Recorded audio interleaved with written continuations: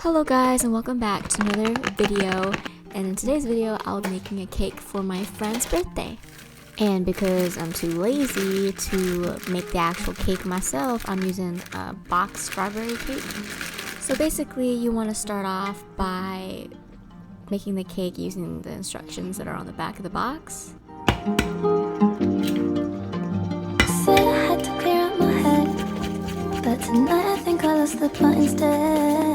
I said that I'd be cleared up by 3. To the walls I know they deserve me. I will be using a heart and circle cake pans, linked in the description. Say I don't have passion. Make sure to fill your cake pans up to 2/3 of the top so it doesn't overflow when it's baking. They call it slab, but they're the outside looking in on me. And you want to bake your cakes at 350 degrees depending on how big and tall your cakes are. It was not what I thought, 'cause they're not there anymore. And with my leftover batter, I will be making waffle cakes.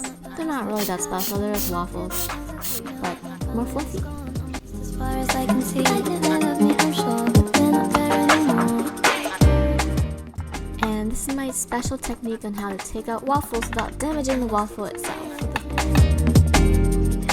To make sure your cakes are done, make sure to poke it with a toothpick, and if it comes out with cake on it, that means it's not done baking. If it comes out clean, it is done baking. And this is me using a cake saw, also linked in the description. To be a little fancy, I cut the cakes in half with the cake saw, and then I put frosting between each layer.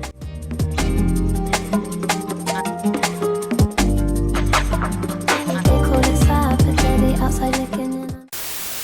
Immediately after I put this right in the fridge, after spreading this frosting on, the cake fell out of the fridge because I pulled the fridge door too hard, so we have lost the heart cake. They can't understand when we all cope with everything. And this is the final result. And my friends finally, it was not what I thought, 'cause